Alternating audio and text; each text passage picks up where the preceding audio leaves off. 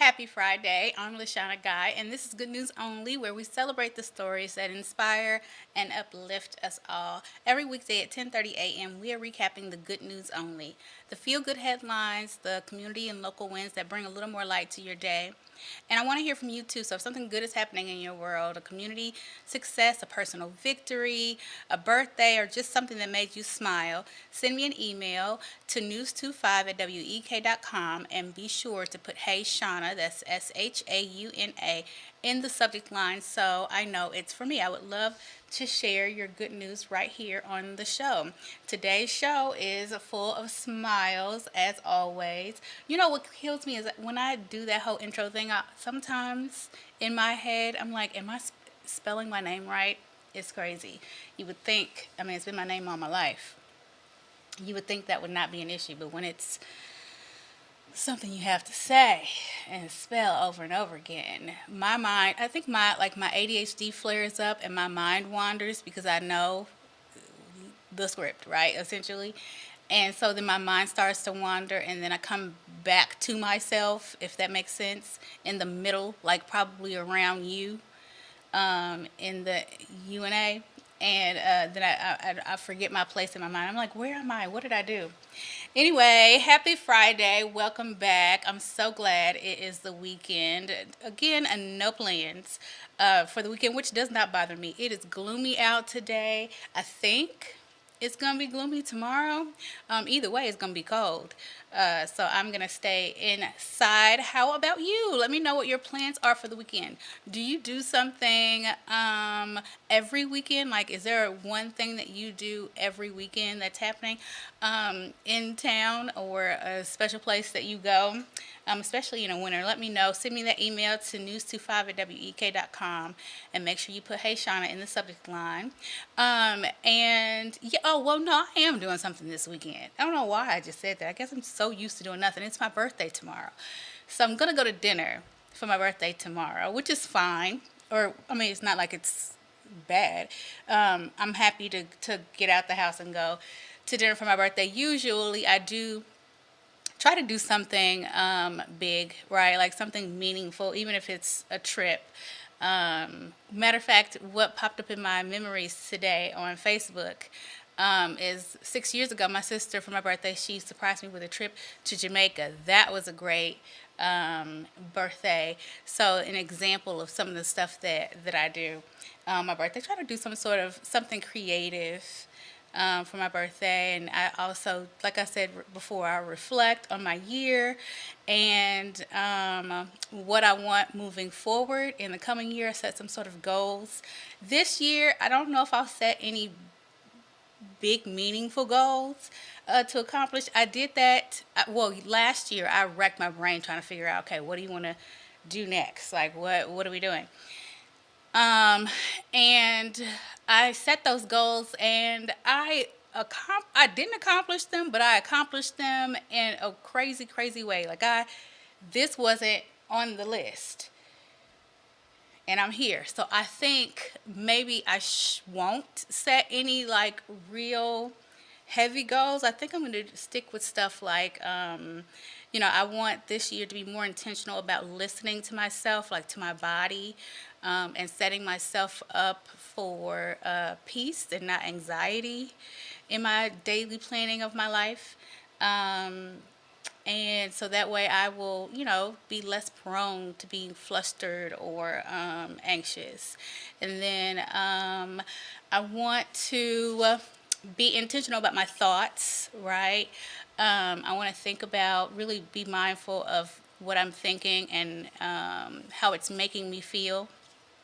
So I could just be more positive. I want to be happier and less fearful this year. So that's what I'm looking forward to. Just trying to be intentional about those things, but nothing heavy. Nothing, I'm not going to set any big career goals or big accomplishment kind of goals or anything because, I think God or the universe or whoever you believe in, whatever you believe, is just going to do what it wants to do anyway. Because I'm here. And definitely didn't plan all that. Anyway, well, that is our sign to go to break. So we'll be back and I'll talk to you more after break.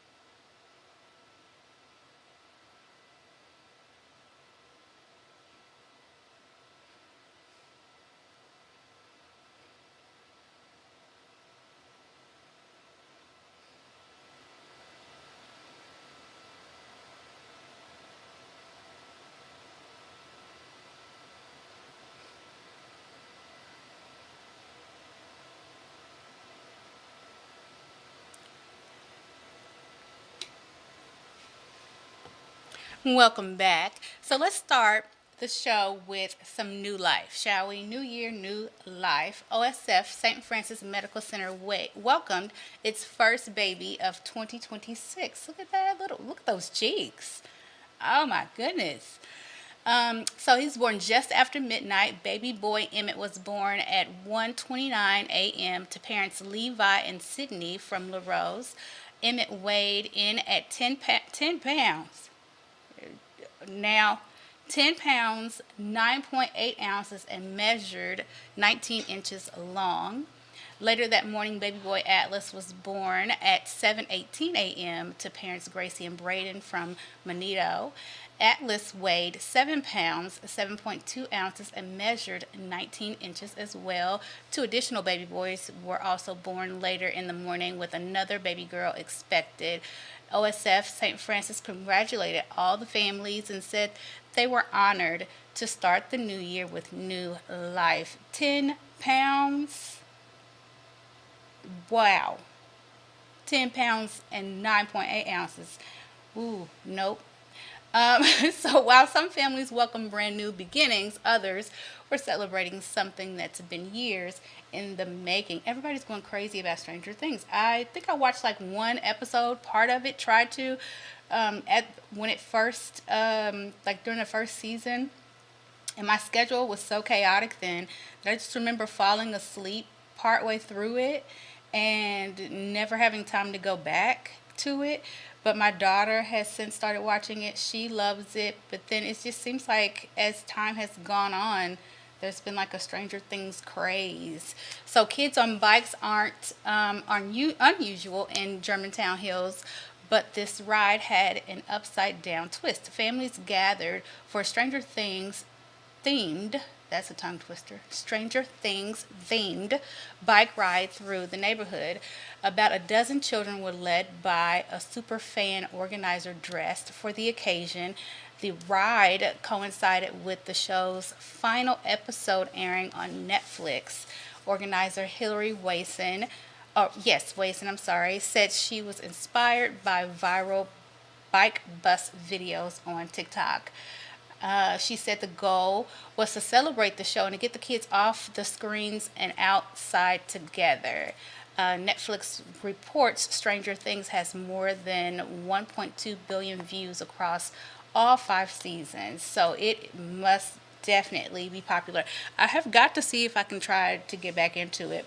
But that reminds me, that's one thing that I do want to do in terms of like goals or things that I want to kind of be mindful of this year, and that is screen time. Definitely drains your brain.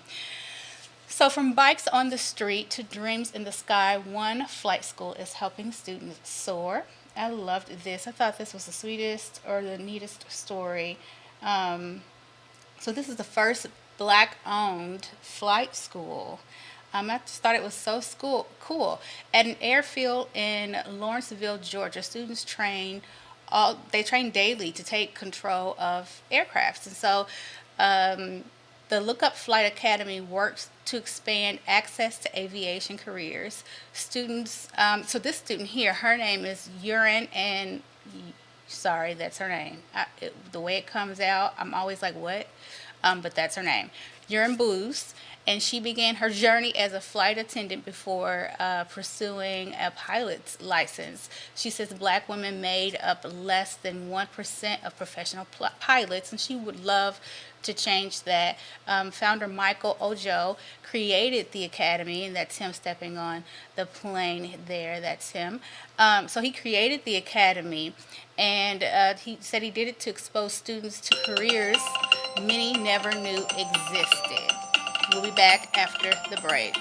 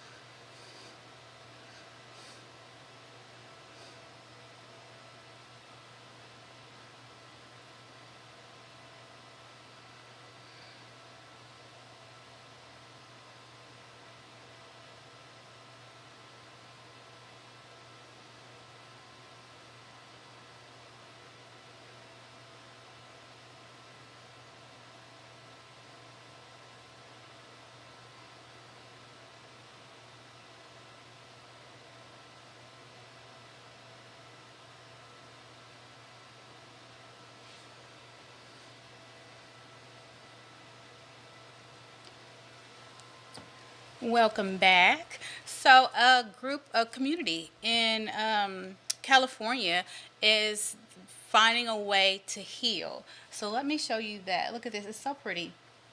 And it's actually very, very creative. So they're healing by honoring the past. As Rose Parade floats came to life in California, one carried a message of resilience. Survivors of the Palisades and Eden fires worked together on a float called Rising Together. The float honored more than 13,000 families who lost their homes, and survivors began building the float the day after Christmas, and they continued working until complete. The California Community Foundation and Black Freedom Fund co-sponsored this project. Community leaders and volunteers plan to walk alongside the float during the parade, and organizers said it symbolized strength, unity, and recovery. Always great to heal by doing something creative, like turning that pain into something a little more tangible, something more palatable. So that's good. And the spirit of support showed up again in Kansas City. So, a Kansas City teenager, she organized a toy and supply drive to help grieving families. So, 13-year-old Erin, she died after disappearing while on a bike ride. This is a little boy. So a neighbor faced several charges, though they've not been charged with killing him at this point. Sammy Maggie, the teenager, founded Sammy's Toy Drive to bring comfort through toys and essentials.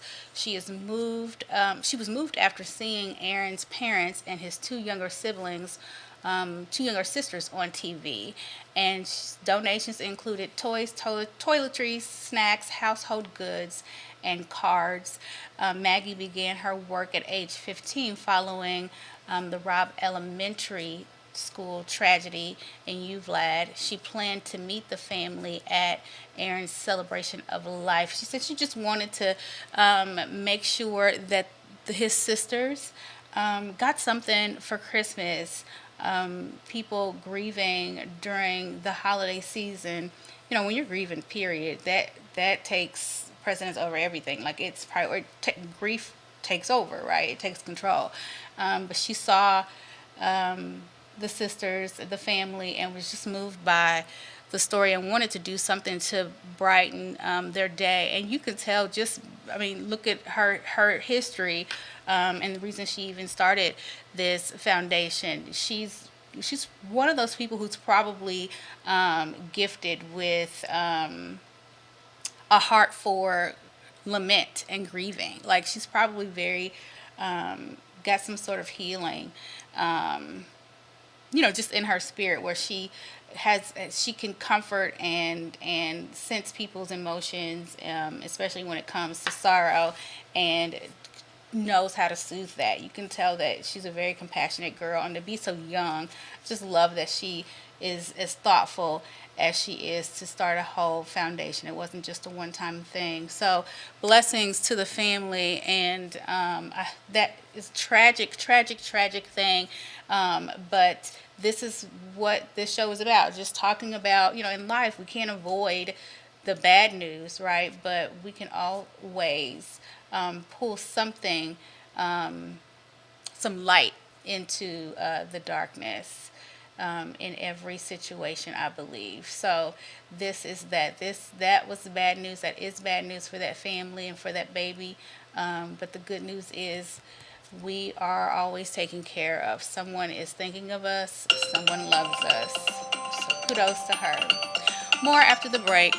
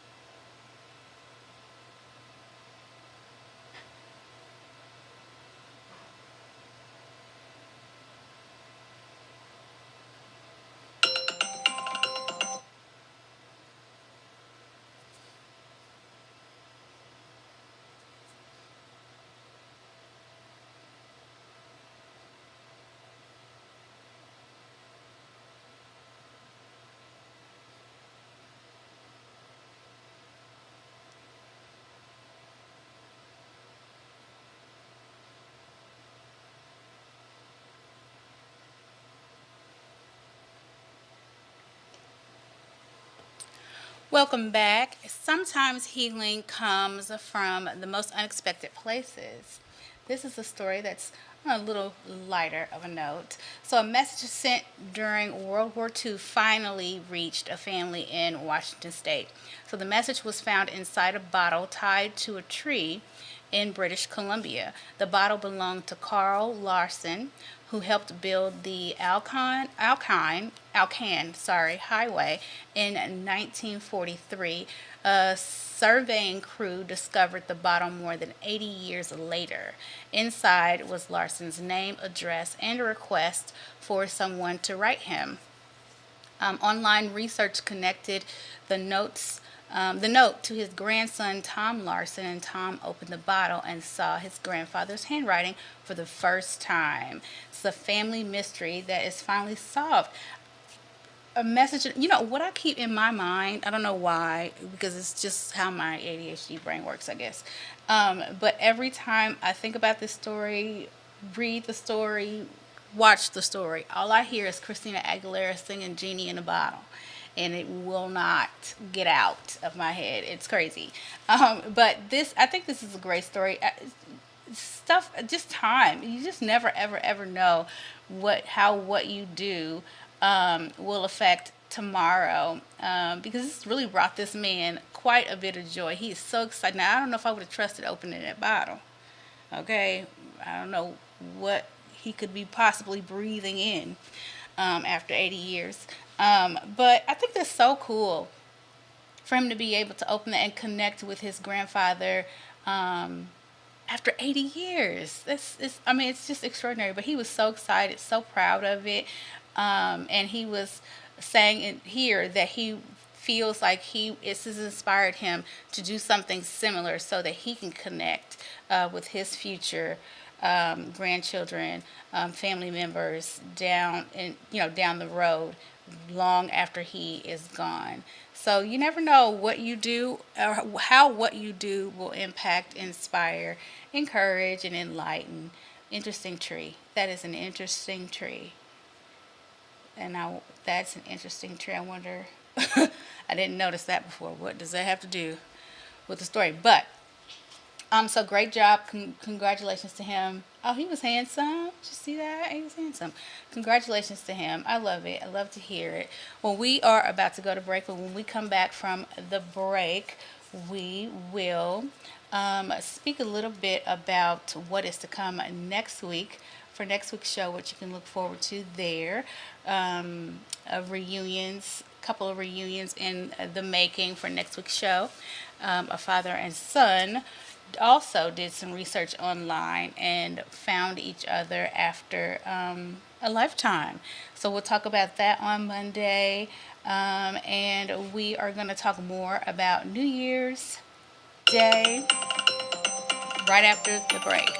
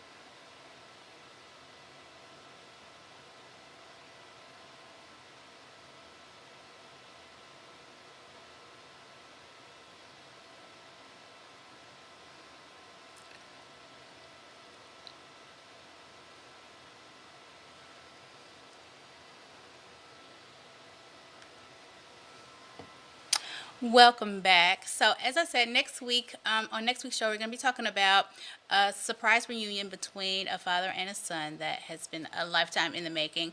We're also going to be talking about a 12-year-old entrepreneur with a interesting product for sale. And then we're going to talk about one family's special holiday surprise they will not soon forget. Well, that's a wrap for me today. Now I want to hear from you. Please go to news25 at week.com and send me an email. Let me know what you thought about today's show. What are your plans for this year? What are you being intentional about? And remember to put Hey Shauna, that's SHAUNA, in the subject line so I know it's for me. Also, we are Facebook official, so you can follow Good News Only on Facebook. Follow the Facebook page so we can keep in touch. There you can send me messages and comment directly on videos. So I would love to talk to you there. So be sure to follow the Good News Only Facebook page. In the meantime, be sure to check out the Midday Newscast and meet me back here on Monday morning at 10:30 a.m. I'm LaShawna Guy for 25 News. Have a wonderful weekend.